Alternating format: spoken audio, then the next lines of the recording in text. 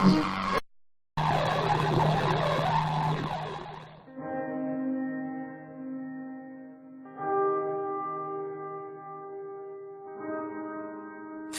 by Maupassant. We went up on deck after dinner. Before us the Mediterranean lay without a ripple and shimmering in the moonlight. The great ship glided on, casting upward to the star-studded sky a long serpent of black smoke. Behind us the dazzling white water, stirred by the rapid progress of the heavy bark and beaten by the propeller, foamed, seemed to writhe, gave off so much brilliancy that one could have called it boiling moonlight. There were 6 or 8 of us silent with admiration, and gazing toward far away Africa whither we were going.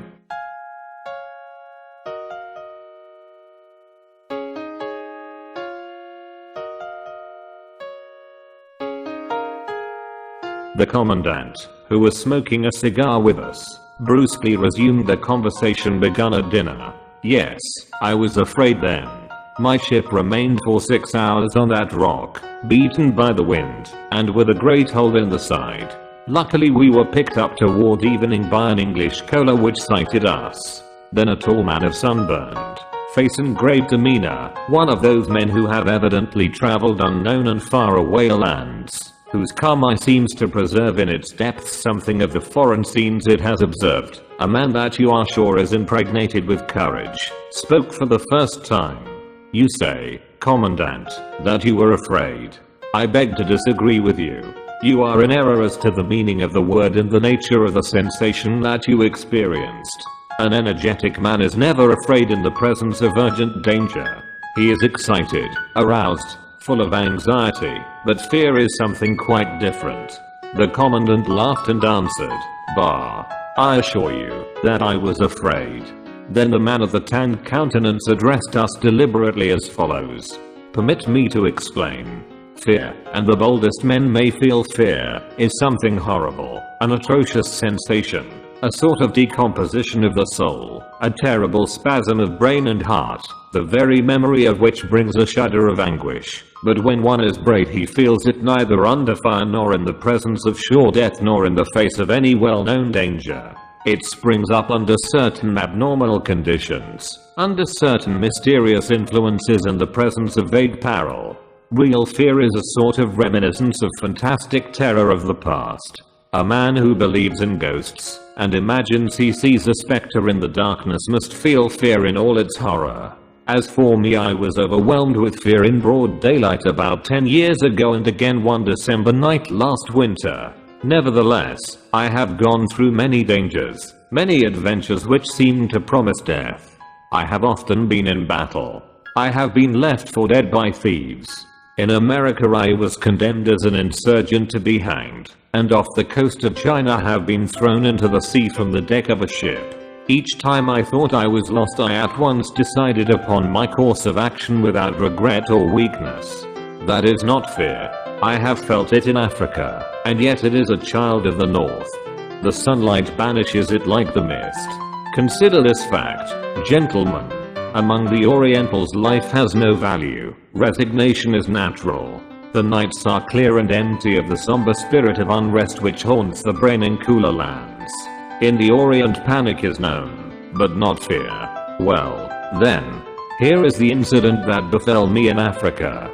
I was crossing the great sands to the south of Anagla. It is one of the most curious districts in the world. You have seen the solid continuous sand of the endless ocean strands. Well, imagine the ocean itself turned to sand in the midst of a storm. Imagine a silent tempest with motionless billows of yellow dust. They are high as mountains, these uneven, varied surges, rising exactly like unchained billows, but still larger, and stratified like watered silk. On this wild, silent, and motionless sea, the consuming rays of the tropical sun are poured pitilessly indirectly. You have to climb these streaks of red-hot ash, descend again on the other side, climb again, climb without halt, without repose, without shade. The horses cough, sink to their knees and slide down the sides of these remarkable hills. We were a couple of friends followed by 8 Spanish and 4 camels with their drivers. We were no longer talking, overcome by heat, fatigue, and a thirst such as had produced this burning desert. Suddenly one of our men uttered a cry. We all halted, surprised by an unsolved phenomenon known only to travelers in these trackless wastes. Somewhere, near us, in an indeterminable direction, a drum was rolling. The mysterious drum of the sands. It was beating distinctly, now with greater resonance and again feebler, ceasing, then resuming its uncanny roll. The Arabs, terrified, stared at one another, and one said in his language, "Death is upon us."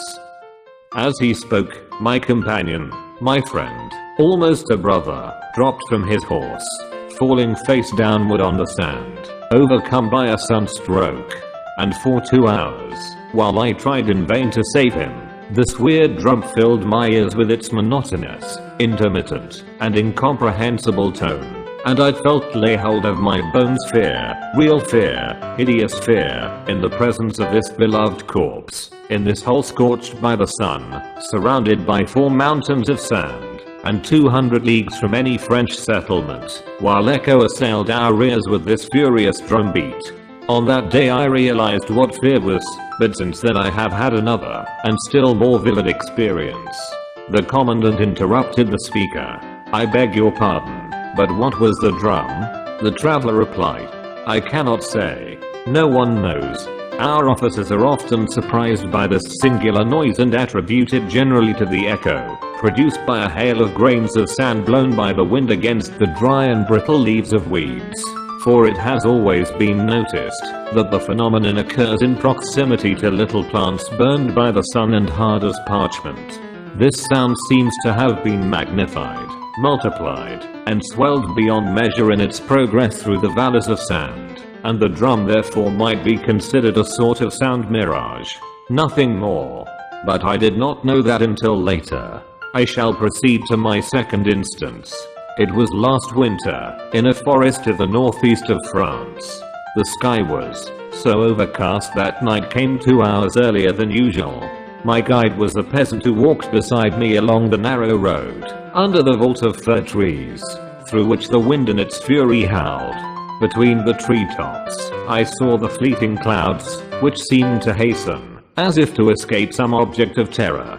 Sometimes in a fierce gust of wind the whole forest bowed in the same direction with a groan of pain, and a chill laid hold of me, despite my rapid pace and heavy clothing.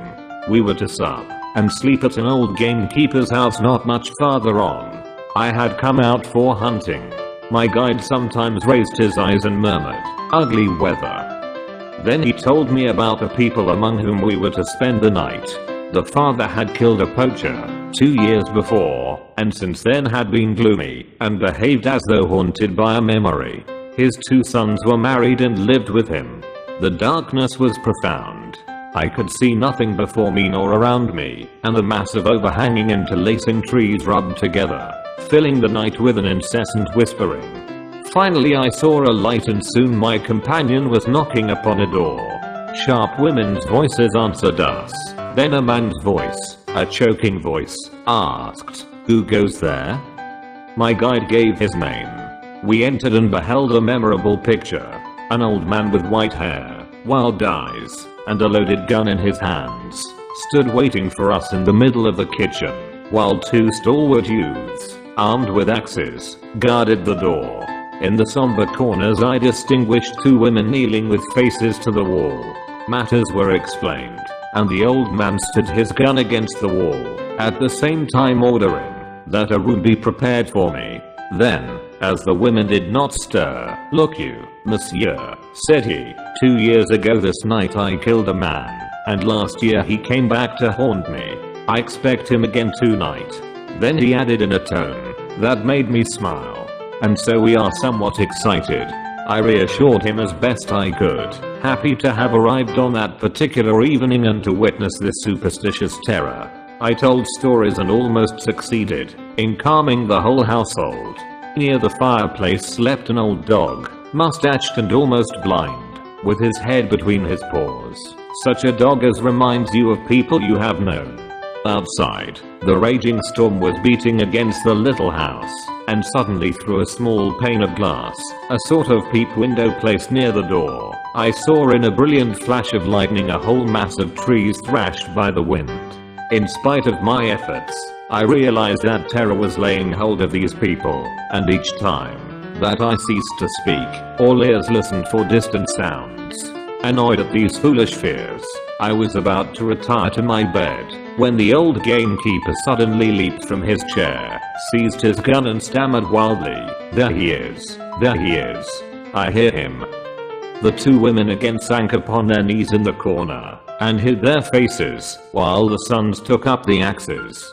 I was going to try to pacify them once more, when the sleeping dog awakened suddenly, and, raising his head, and stretching his neck, looked at the fire with his demise, and uttered one of those mournful howls which make travelers shudder in the darkness and solitude of the country. All eyes were focused upon him now as he rose on his front feet, as though haunted by a vision, and began to howl at something invisible, unknown, and doubtless horrible, for he was bristling all over.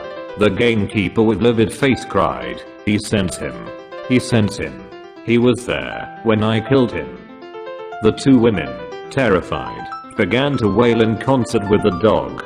In spite of myself, cold chills ran down my spine. This vision of the animal at such a time and place, in the midst of these startled people, was something frightful to witness. Then for an hour the dog howled without stirring. He howled as though in the anguish of a nightmare, and fear, horrible fear came over me. Fear of what? How can I say? It was fear, and that is all I know. We remained motionless and pale, expecting something awful to happen. Our ears were strained, and our hearts beat loudly, while the slightest noise startled us. Then the beast began to walk around the room, sniffing at the walls and growling constantly. His maneuvers were driving us mad.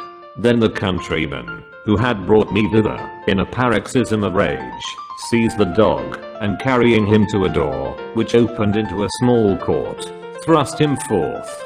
The noise was suppressed, and we were left plunged in a silence still more terrible. Then suddenly we all started.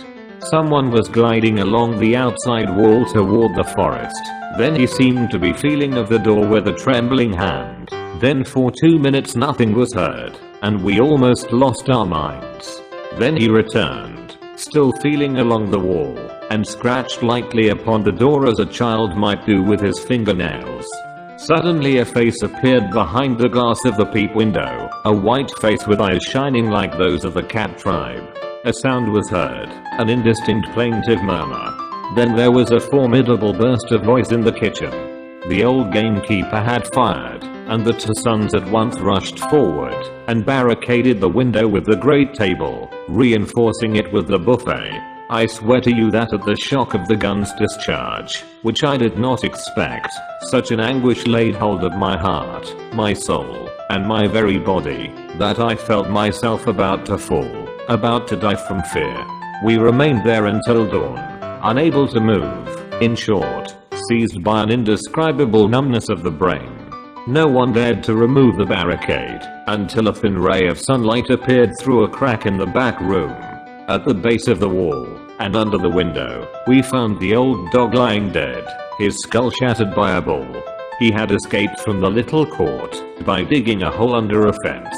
The dark-visaged man became silent, then he added, "And yet on that night I incurred no danger, but I should rather again pass through all the hours in which I have confronted the most terrible perils, than the 1 minute when that gun was discharged at the bearded head in the window."